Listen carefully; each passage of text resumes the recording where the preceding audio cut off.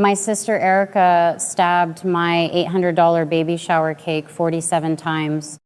She ripped the frosting-covered blade out of the ruined tears, let out a completely feral scream, and lunged straight for my 8-month pregnant stomach. My husband, Derek, stepped backward. He grabbed my shoulders and pulled me in front of him, using his pregnant wife as a human shield. The knife clattered against the hardwood floor. Erica collapsed into a sobbing heap, shrieking that I ruined her life, screaming that I stole him from her. The entire rented hall went dead silent. I waited for Derek to grab her and throw her out. Instead, he stared at his shoes. He mumbled that she had a point, that I needed to listen to her. My own mother, Sierra, grabbed my arms, pinning my wrist to my side so I could not step away. They waited for me to collapse into a puddle of tears. They waited for me to beg. I swallowed the lump in my throat and locked my jaw. My middle school teacher instincts completely took over. The classroom had lost its mind. It was time for zero tolerance. Brooke, my best friend, shoved her way through the frozen crowd, grabbed my elbow, and marched me out the double doors into the sweltering North Carolina afternoon. We drove in absolute silence. My mind raced, piecing together the sheer absurdity of what had just happened. My sister had just attempted a violent assault in front of 50 witnesses, and my husband had offered me up as collateral. I expected apologies. I expected frantic voicemails begging for forgiveness. Instead, when we pulled into the driveway of the $600,000 home that my down payment had secured, my house key jammed in the lock. The deadbolt had been entirely replaced. Derek and Sierra stepped out onto the front porch, physically blocking the entryway. Derek refused to meet my eyes. He stared at the welcome mat, stammering about how they needed to secure the house to give Erica a safe space to recover from her severe panic attack. Sierra stepped forward, shoving her phone aggressively toward my face. The screen displayed perfectly typed text message, screenshots, and pages from a college journal. The forged text painted a picture of me confessing to sabotaging Erica's life coaching business and stealing Derek from her years ago. Sierra's face was twisted in a mask of righteous indignation. She demanded I apologize for destroying her family. They expected me to break down on the front lawn. They expected me to retreat to a hotel and beg for my marriage. I pulled my phone from my purse and dialed 911. 12 minutes later, 2 Charlotte police cruisers rolled to a stop against the curb. The flashing blue lights painted the suburban neighborhood in sharp, undeniable reality. Sierra immediately attempted her sweet, concerned Southern mother routine. She placed a hand on her chest, assuring the lead officer that this was merely a minor marital dispute and that my pregnancy hormones were causing me to overreact. The officer stared at her with absolute indifference. He turned to Derek, explaining that locking an 8-month pregnant spouse out of her primary marital residence without a court order is a criminal offense. He placed his hand over his radio and gave Derek a choice: unlock the door immediately or leave the premises in handcuffs. Derek scrambled for his new keys, his hand shaking so violently he dropped them twice. The door swung open. I walked inside. Erica was sprawled across my living room couch, clutching a throw pillow and staging a tearful breakdown. I turned to the officer. Gesturing toward my mother and sister, I stated clearly and firmly that I wanted them officially trespassed from the property. The officer nodded, informing Sierra and Erica they had exactly 10 minutes to vacate the premises or face arrest.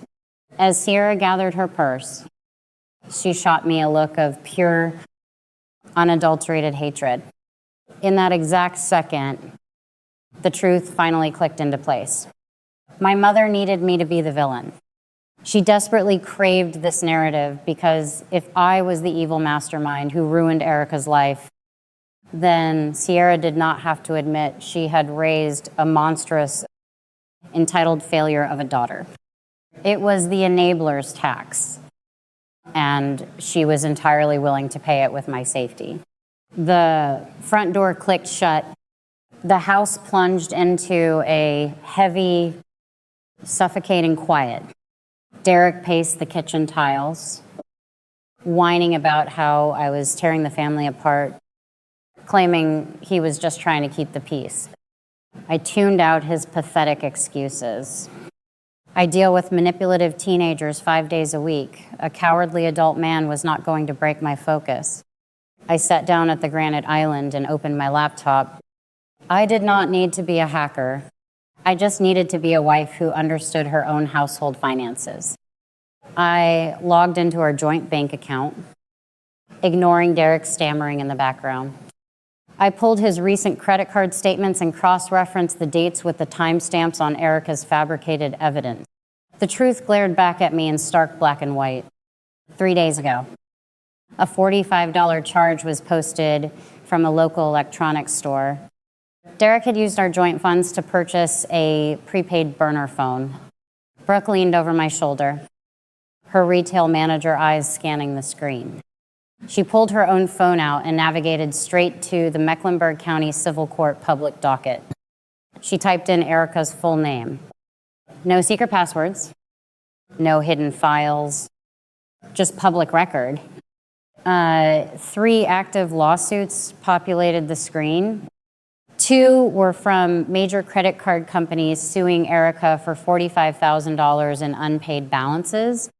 The 3rd was a pending eviction summons filed just last week. The entire baby shower attack had absolutely nothing to do with a stolen boyfriend from 7 years ago. It was a calculated, viciously staged performance. Erica was financially drowning, and she needed a lifeline. Her plan was to paint me as an abusive monster, forcing Derek and Sierra to kick me out so she could move into my beautiful home rent-free. And Derek had blindly financed the weapon used to frame me. I stood up, holding the printed bank statement in my right hand. I walked over to where Derek was leaning against the refrigerator and slammed the paper flat against his chest. He flinched. I pointed directly at the highlighted $45 charge. His face drained of all color. He immediately launched into a frantic, breathless explanation about how Erica had just needed to borrow his card for groceries, how he had no idea what she was buying. I cut him off. My voice was completely flat, devoid of any warmth or hesitation. I informed him that I had already checked our shared Apple Pay history on the living room tablet. He had not just purchased the hardware. His account had paid for the premium subscription to the exact text spoofing application used to generate the fake messages, time-stamped to the exact hour Erica had presented them to the family. He stared at me, his mouth opening and closing like a suffocating fish. I leaned in closer. I gave him an absolute ultimatum. He was going to pack a bag and legally vacate the house that very night. If he argued for even one single second, I would drive straight down to the precinct with the tablet and the bank statement. And I would name him as a criminal co-conspirator in felony cyber harassment and identity fraud. He looked into my eyes and realized I was not bluffing. Terrified of a felony charge ruining his comfortable graphic design career and desperate to avoid the fallout of yesterday's knife attack, his cowardice took over one final time. He grabbed a duffel bag, packed his clothes in silence, and fled out the front door into the dark. 3 weeks later, my water broke in the middle of the night. Brooke drove me to the maternity ward. holding my hand through every contraction. My daughter was born just before dawn. The room was peaceful. The domestic violence protective order I had filed with the police officer's help the night of the lockout was fully active. Derek was completely blocked on every single platform. Sierra's number was routed straight to a hidden voicemail folder. It felt like the air was finally clean. But narcissists cannot stand to be ignored. The silence drives them completely insane. 2 hours after my daughter took her first breath, Erica arrived at the hospital. She was desperate to regain control of the narrative. She tailgated a distracted family carrying a massive bouquet of balloons. Slipping past the main lobby security desk, she marched up to the 3rd floor, intent on crashing into my recovery room to live stream a fake, tearful forgiveness speech to her dwindling followers. She wanted to prove to the world that she was the bigger person, the tragic victim of a cruel, vindictive sister. She slammed right into a brick wall. The maternity ward was secured behind thick, locked, reinforced glass doors. She buzzed the intercom, demanding entry. The nurses, having my strict visitor list on file, denied her immediately. Furious and desperate for attention, Erica made the final fatal mistake of her miserable campaign. She propped her phone up against a wet floor sign in the hospital hallway, right outside the glass doors, and hit the live broadcast button on her social media account. She began sobbing hysterically to her camera, spinning a wild, fabricated story about how her abusive sister was maliciously keeping her away from her newborn niece. She waved her arms, demanding justice from the internet. She was so focused on her own performance that she entirely failed to notice Brooke stepping out of the ward to grab a cup of coffee. Brooke did not yell. She did not engage. She simply turned on her heel, walked straight to the nurse's station, and slammed her hand down on the security panic button. Hospital security swarmed the hallway mid-sentence. Because the Charlotte police already had the active protective order in their system, 2 uniformed officers arrived in the hallway mere minutes later. Erica fought the handcuffs. She screamed at the top of her lungs, thrashing against the officers, insisting she was the victim, demanding they arrest me instead. Her phone was still recording. It was still broadcasting live. She had just provided a time-stamped, high-definition, publicly viewed confession of herself violating a domestic violence protective order and trespassing in a secure medical facility. Hundreds of her followers watched in real time as she was dragged away.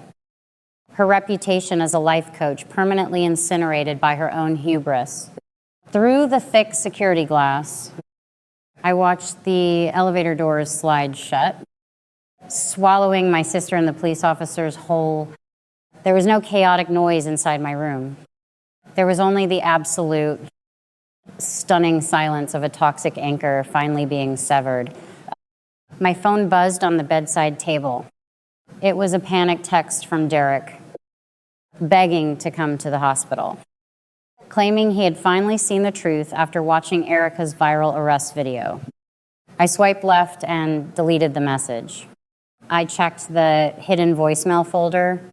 Sierra had left a weeping, frantic message, pleading with me to bail Erica out of jail because family sticks together when things get tough. I deleted the voicemail. I blocked both of their numbers permanently through my service provider. I held my newborn daughter tightly against my chest, feeling the steady, rhythmic warmth of her tiny heartbeat. My house was completely secure. The locks were changed, and my peace was absolutely non-negotiable. I was a single mother now, And for the first time in my entire existence, my family was perfect. They tell you that blood is thicker than water.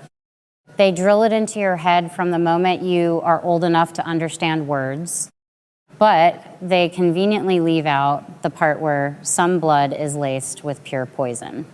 If you had looked me in the eye a year ago and told me that I would lock my husband out of our lives, put a restraining order on my own sister, and permanently block my mother's phone number on the exact day my daughter was born, I would have called you crazy. I would have defended them.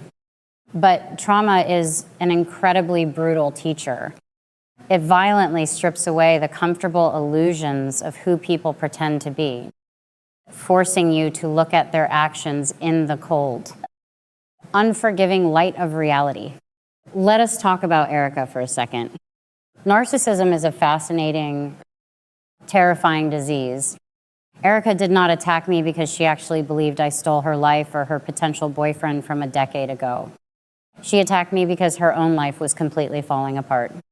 She was drowning in $45,000 of debt, facing a humiliating public eviction, and failing at a career built entirely on the fragile illusion that she had everything figured out. Instead of taking accountability, instead of asking for help, she needed a scapegoat. She needed me to be the villain so she could remain the tragic, misunderstood victim. Because if I was truly evil, then her massive failures were not her fault. Her lack of success was a tragedy inflicted upon her, rather than the result of her own terrible choices. And then there is my mother, Sierra. For years, I lay awake wondering why my mother always took Erica's side. No matter how egregious, cruel, or irrational her behavior was, I realize now it is because of the enabler's tax. Sierra desperately needed to baby Erica, to coddle her, because doing so made Sierra feel intensely needed and entirely in control. If Sierra admitted that Erica was a manipulative fraud, Sierra would have to confront the reality that her parenting had failed spectacularly. It was infinitely easier for my mother to sacrifice my sanity, my marriage, and my physical safety than to face her own reflection in the mirror. And Derek is the ultimate heartbreaking cautionary tale of cowardice. He did not mastermind this plot. He did not forge the text himself, but he funded the weapon. He believed the lies because believing the lies was significantly easier than standing up to my highly toxic family. He wanted the path of least resistance, even if it meant throwing his pregnant wife to the wolves to save himself from an uncomfortable conversation. I am sharing this entire nightmare because I know for a fact that someone watching this is currently drowning in family toxicity. You are being gaslit daily. You are being told you are the problem by people who are actively profiting off your pain and your endless patience. So here are the 3 concrete rules I learned when I finally burned the ships and took my life back. Rule number 1. A shared bloodline is not a suicide pact. Society conditions us to endure unacceptable abuse simply because the abuser happens to share our DNA. We are taught from childhood to keep the peace, to turn the other cheek, and to always be the bigger person.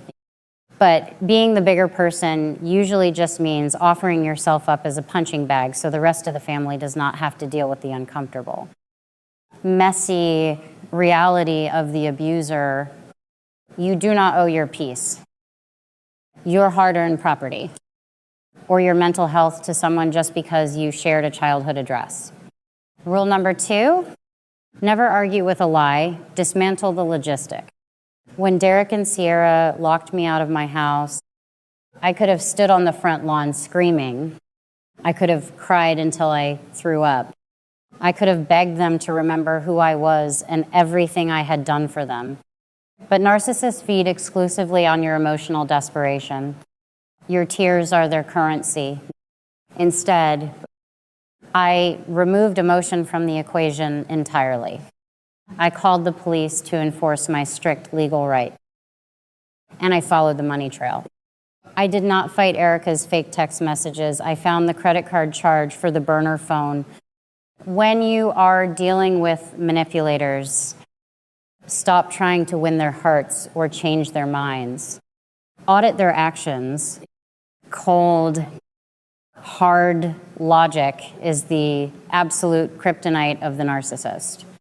Rule number 3, the burn the ship severance is the only way forward.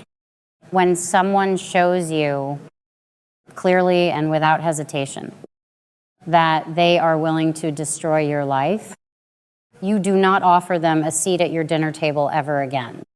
You do not go to couples therapy with a man who funded your psychological torture. You do not accept tearful apologies from a mother who physically held you down while you were attacked. You burn the ships. You cut off all possible avenues of return. So moving forward is your one and only option. True power is not getting revenge. True power is making yourself entirely legally and physically inaccessible to those who wish you harm. The aftermath of this ordeal was not wrapped up in a neat, happy bow. Real life never is. The judge sentenced Erica to 2 years in state prison for aggravated assault and violating a protective order, along with mandating intense psychological evaluations. Derek is living in a cheap, cramped apartment across town, spending thousands of dollars on lawyers begging for supervised visitation rights he will never get. And Sierra is finally alone, completely isolated with the daughter she chose to enable and protect above all else. As for me, the road ahead is terrifying in its own way. But I am raising my beautiful daughter in a home that is quiet, safe, and fiercely protected. She will never know the sound of screaming matches in the kitchen. She will never know what it feels like to be a pawn in someone else's twisted psychological game. So I have to ask you, whoever is watching this right now, who in your life is currently using your guilt as a weapon against you? Who is demanding your loyalty while offering you absolutely nothing but chaos in return? And what exactly are you waiting for to finally change the locks? Walk away, take your life back. If this story resonated with you, if you know someone who needs to hear this exact message today, share this video, because no one is going to save you from a toxic family except yourself. Wow. Take a deep breath.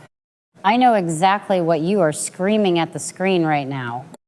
You are sitting there thinking, how on earth did Morgan not see her husband's cowardice for 7 years? Why did she let her mother and sister play these toxic games for so long before finally cutting them off?